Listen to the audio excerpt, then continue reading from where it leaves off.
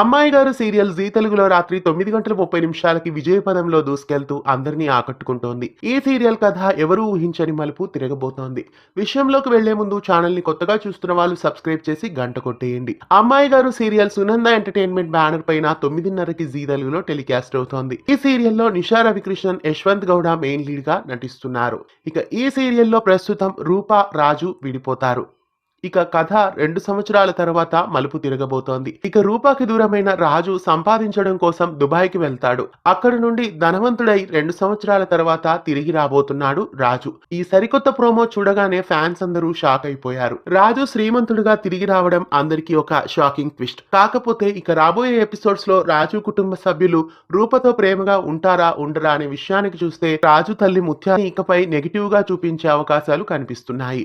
సరిగ్గా వేలంపాట జరుగుతున్న సమయంలో రాజు వచ్చి రూపా వాళ్ళ ఇంటిని కొనబోతున్నాడు.